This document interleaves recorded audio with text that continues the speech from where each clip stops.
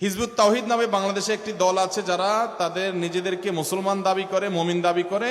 তারা মনে করে আলেমরা আর কেউ মুসলমান নাই, তারা সবাই ধর্ম ব্যবসায়ী এবং আলেমদের কাফের ফতোয়া দেয়। এবং তারা বলে ইহুদি খ্রিস্টানরাও হিজবুত তাওহীদে আসলে তারাও নাকি নাজাত পেয়ে যাবে। এ সম্পর্কে আপনি কি বলেন? ভাইরা আমার, কিয়ামতের আগে বহুত ভণ্ড ফেরকা বের হবে। এই ভণ্ড ফেরকাগুলোর মধ্য থেকে একটা হলো এটা। এরা ইহুদি খ্রিস্টানদের ব্যাপারে বলে যে ইহুদি খ্রিস্টানরাও যদি হিজবুত তাওহীদের ছায়াতলে আসে তারাও নাকি নাজাত পেয়ে যাবে। আমরা জানি কোন অমুসলিম যতক্ষণ পর্যন্ত মুসলমান না হয় ততক্ষণ পর্যন্ত তার নাজাত পাওয়ার সুযোগ। এখন তারা হয়তো বলবে যে হিজবুত তাওহীদে আসা মানে হলো মুসলমান হওয়া, তাহলে তো তারা ইহুদি খ্রিস্টান থাকলো না। বলতে হবে সে ঈমান আনলে, মুহাম্মদ সাল্লাল্লাহু আলাইহি সাল্লামের প্রতি ঈমান আনলে সে নাজাত পাবে। সেই কথা না বলে হিজবুত তাওহীদে গেলে নাজাত পাবে, এটা কোন ধরনের কথা? এই লোকগুলো ইসলামের কথা বলে। সবচেয়ে আশ্চর্যের বিষয় হলো ইসলাম বোঝার জন্য যে যোগ্যতা আছে, যে যোগ্যতার দরকার হয় কোরআন হাদিস বোঝার জন্য, তার বেসিক যোগ্যতা একটা ক্লাস 1-এ মাদ্রাসার ছাত্র কোরআন হাদিস যতটুকু বুঝে অতটুকু বুঝা তো পরের কথা, বিশুদ্ধ করে উচ্চারণ করাটাও তারা জানে না। এদের যে এমাম আছে, এমাম, তারা ইমাম বলে না, তারা বলে কি? এমাম। এই এমাম সাহেব তাদের যে ইসলাম আছে, তারা ইসলাম বলে না, তারা কি বলে? দেখছেন, ইসলামটারে পাল্টে ফেলছে। তো এই ইসলামের যে এমাম আছে, এই এমাম সাহেব উনি নিজে যে কোরআন তেলাওয়াত করে মাঝে মধ্যে শোনা যায়, আমাদের মক্তবের নুরানি কায়দা পড়া বাচ্চাটা আরো সুন্দর শুদ্ধ করে পড়তে পারবে। কোরআনের এতটুকু জিনিসও আপনি জানেন না, অথচ আপনি মহাপণ্ডিত হয়ে গেলেন, ইসলাম উদ্ধার করতে আসছেন। ওনাদেরকে জিজ্ঞাসা করবেন মক্কা মদিনার ইমাম সাহেবরা মুসলমান আছে নাকি তারাও ধর্ম ব্যবসায়ী, কারণ তারাও বেতন নিয়ে ইমামতি করে।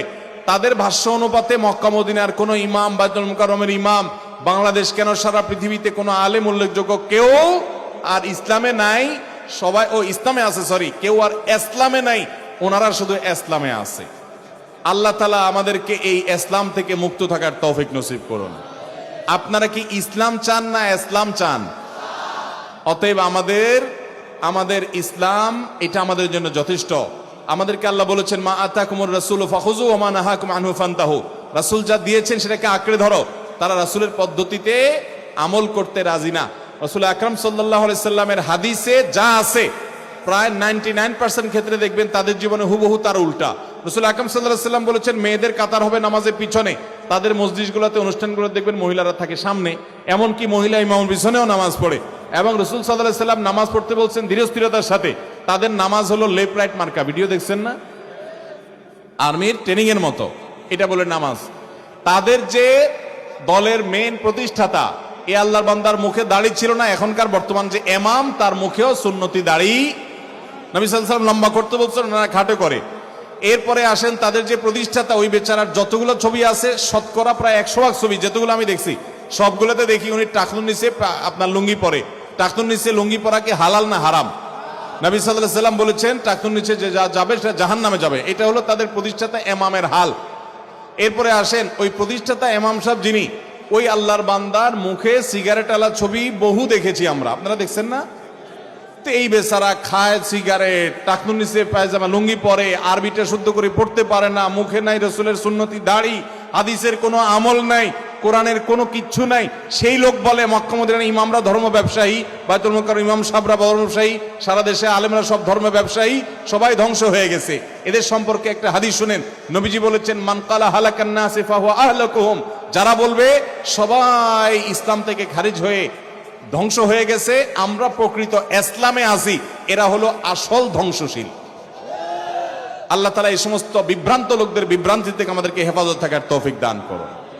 এদের লক্ষ লক্ষ কোটি কোটি টাকার ফান্ড কোত্থেকে আসে একমাত্র আল্লাহ জানে, একমাত্র আল্লাহ জানে।